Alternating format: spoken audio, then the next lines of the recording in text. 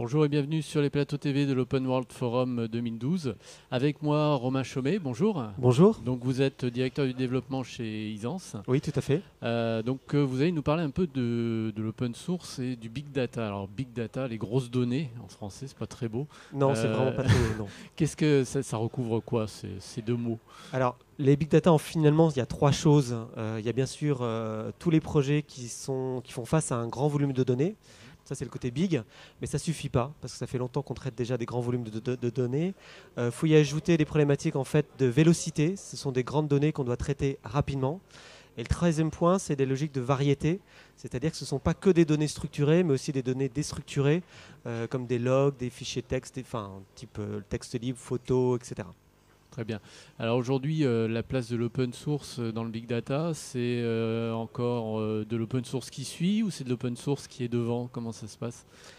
Et c'est de l'open source qui est très devant. C'est même un open source qui est dominant.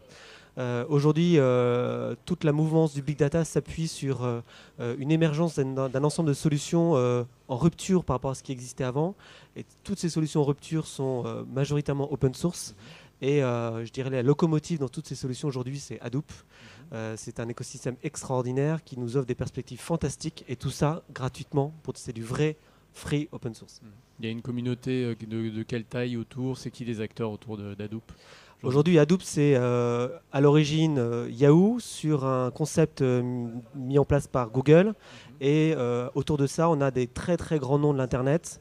On a Facebook, qui est un très grand contributeur, Twitter, LinkedIn et énormément d'acteurs. Et aujourd'hui, Microsoft, Oracle, qui essayent de retrouver, de se raccrocher au mouvement et qui font de Hadoop en fait, le futur Linux en fait, du big data. D'accord, carrément. Carrément, je pense que personne d'autre va pouvoir concurrencer Hadoop aujourd'hui. D'accord, pas d'autres solutions qui émergent et qui...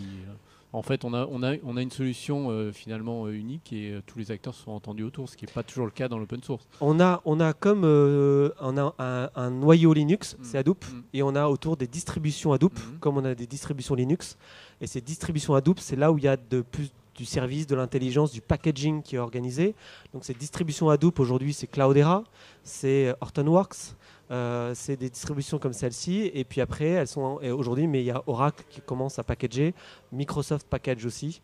Mais le noyau, c'est bien du... Oui, Microsoft package du Hadoop.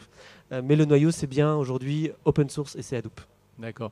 Très bien. Je vous remercie pour cet éclairage sur le big data et puis Hadoop, cet élément effectivement qui devient incontournable. Voilà. Merci beaucoup. De rien. Bon forum. Merci. Au revoir.